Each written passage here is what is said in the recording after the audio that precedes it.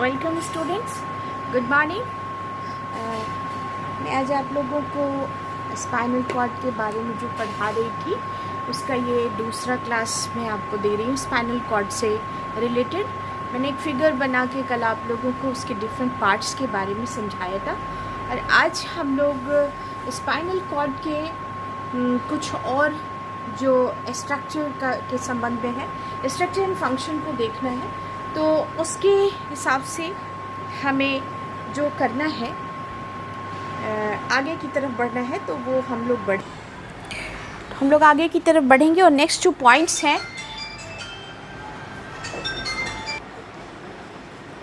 तो हम लोग अब आगे के पॉइंट्स को देखेंगे और कोशिश करेंगे कि इसको समझ लें। ये दूसरा क्लास है, इसको स्टार्ट करें हम लोग। और यहाँ पे रीढ़ की हड्डी, मैंने कल लास्ट पॉइंट जो पिछले वीडियो में लिखाया था वो था कि स्पाइनल कॉर्ड से ही ये सर का भाग शरीर से जुड़ता है और नीचे के शरीर के सभी भाग जो हैं ब्रेन से जुड़ जाते हैं। इसके अलावे जो हमारा ये है नेक्स्ट पॉइंट है कि रीढ़ की हड्डी, जिसको हम लोग वर्टिब्रा कहते हैं, ये पीछे की जो हड्डी है जिसको हमारा पूरा शरीर का बैलेंस उसी के द्वारा बनता है। तो ये 31 जोड़े होते हैं, 31 जोड़े। तो प्रत्येक जोड़ पर शरीर के दोनों ओर से एक एक नर्व इम्पल्स आता है, प्रत्येक जोड़ पर रीढ़ की हड्डी की। तो मैं इसकी रीढ़ की हड्डी के दोनों तरफ से एक सेंसरी और एक मोटर इम्पल्सेस जो हैं वो आते हैं और नर्व स्पाइन सुषुम्ना में प्रवेश करते हैं, और इस प्रकार शरीर के विभिन्न भागों से आई हुई 31 जोड़ी तंत्रिकाएं सुषुम्ना से आके मिलती हैं। 31 जोड़े सुषुम्नाएं तंत्रिका से आके मिलती हैं, और प्रत्येक तंत्रिका में एक संवेदी और एक गति, सेंसरी एंड एक मोटर तंत्रिका कोशिकाएं, न्यूरॉन्स जो हैं वो आके उसमें प्रवेश करती हैं। प्रत्येक जोड़ पर एक सेंसरी तथा एक राइट साइड से आती है तंत्रिका कोशिका सेंसरी, और एक left sensory and motor nerve जो है एक राइट साइड से आता है, और एक जो है वो लेफ़्ट साइड से आता है। सेंसरी और मोटर राइट से भी और लेफ़्ट से भी दोनों तरफ से आते हैं, और दोनों को मिलाकर ये सभी तंत्रिकाएं स्पाइनल नर्व्स कहलाती हैं। सभी तंत्रिकाएं स्पाइनल नर्व्स कहलाती हैं, और इनकी कुल संख्या 31 जोड़े होती है। तो ये चीज़ आप बुक में भी देख लीजिए, और ताकि आपको और भी श्योरिटी आ जाए और आप इसको समझ सकिए। तो ये इतनी तो इसके स्ट्रक्चर जो डिफ़ाइन करना था, ये व्याख्या और वर्णन है स्ट्रक्चर के आधार पर। अब हम लोग यहाँ पर देखेंगे और इसके डिफरेंट पार्ट्स को, मैंने कैसे सेंसरी न्यूरॉन इसके अंदर आता है, डॉर्सल हॉर्न होता है, और फिर इसके मोटर न्यूरॉन्स इधर से आते हैं, और ये वेंट्रल हॉर्न होता है, और ये सारी चीज़ें मैंने आपको बना के पिछले क्लास में बनाई थी। और अब देखिए, पिछले वीडियो में बताया था। अब आप ये देखिए कि मैंने यहाँ से एक करके एक सिस्टम बना करके यहाँ से लेते हुए एक नया स्ट्रक्चर आपके लिए खड़ा किया है। स्ट्रक्चर यहाँ पर आपके लिए खड़ा किया है, और आप इसको समझ सकते हैं, बिल्कुल नया है ये। यहाँ पे देखिए, मैंने यही स्ट्रक्चर है, लेकिन इसको थोड़ा छोटे में बनाया और इसके फंक्शंस को दिखाने की कोशिश करिए। तो यहाँ पे फंक्शंस ऑफ स्पाइनल कॉर्ड जो है वो सिर्फ 2 ही फंक्शन है उसका, तो उसी को हम लोग आज यहाँ पे समझेंगे। ये डॉर्सल रूट, यहाँ पे आपको हमने डॉर्सल रूट आपको दिखाया था, ये दिस इज़ डॉर्सल रूट है। ये डॉर्सल रूट से हमारा कोई भी के पीछे, यानी पीछे, डॉर्सल रूट पीछे की तरफ डोर से डॉर्सल बना है और डॉर्सल रूट से सेंसरी इम्पल्स को स्पाइनल कॉर्ड में भेजना।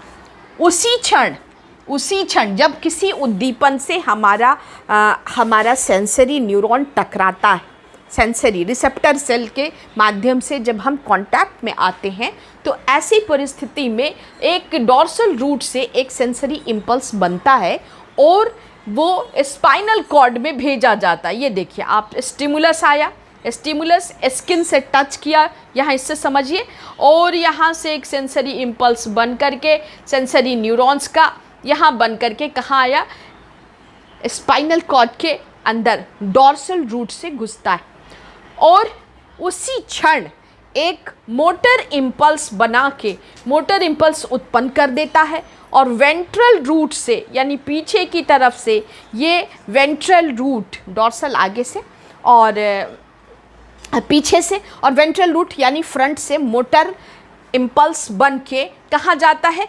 कर्मेंद्रियों में जाता है, जहाँ मसल्स हैं, मोटर ऑर्गन्स के मसल्स हैं, वहाँ चला जाता है। ये मोटर न्यूरॉन्स होते हैं और ये सेंसरी न्यूरॉन्स होते हैं, बहुत साफ साफ यहाँ पे लिखा हुआ है, और क्रिया उत्पन्न कर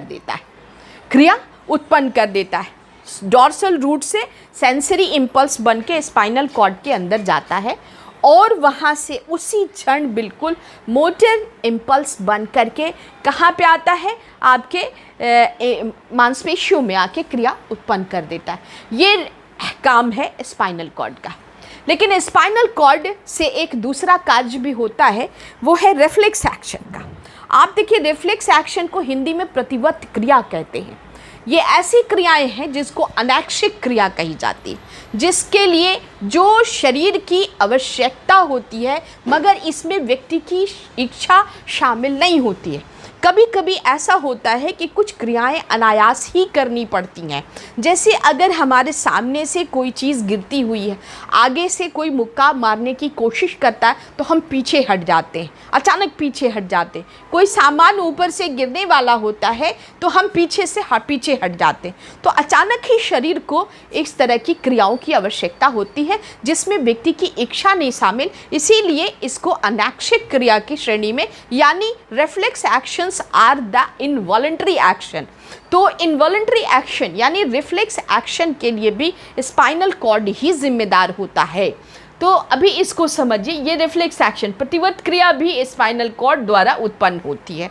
मैंने यहाँ लिख छोड़ा है, spinal cord seat of consciousness नहीं है। यहाँ चेतना का कोई केंद्र स्पाइनल कॉर्ड में नहीं होता है, कॉन्शियसनेस नहीं। इसलिए इसी कारण इसकी क्रिया का चेतना जो है कॉन्शियसनेस जो है व्यक्ति को पहले से नहीं होता। इसीलिए रिफ्लेक्स एक्शन को इनवॉलंटरी एक्शन कहते हैं, क्योंकि पता ही नहीं होता है। ऑल ऑफ ए सडन जब क्रिया हो जाती है तब आदमी को महसूस होता है कि इट हैपेंड। तो ये चीज़ है रिफ्लेक्स एक्शन में। सेंसरी एंड मोटर पाथ को अगर देखें, इस सेंसरी एंड मोटर पाथ को आप अगर देखिएगा तो एकदम आर्क की तरह लगता है, बिल्कुल आर्क कहते हैं स्ट्रक्चर, ये आर्क की तरह लगता है। यहाँ से ऐसे अंदर गया और यहाँ से ऐसे निकल के बाहर आ गया, तो ये सेंसरी आर्क के जैसा लगता है। यानी आर्क कहते हैं धनुष को। तो ये जो फंक्शनल प्रोसेस है जस्ट लाइक एक धनुष के आकार का है और इस धनुष के आकार को रिफ्लेक्स आर्क कहा जाता है।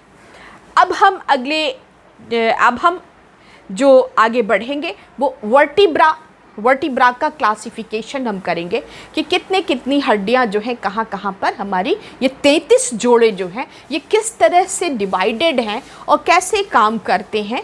तो फिर उसके बाद से हम आगे ब्रेन के फंक्शंस को देखेंगे। तो इस क्लास में इतना ही अभी तो इतना ही हम लोगों को देख लेना है। And this is now it is completed by me spinal cord का क्लास। हमको लगता है आप लोगों को ये सारी चीज़ें बहुत साफ दिख रही होंगी ताकि आप इसको अच्छे से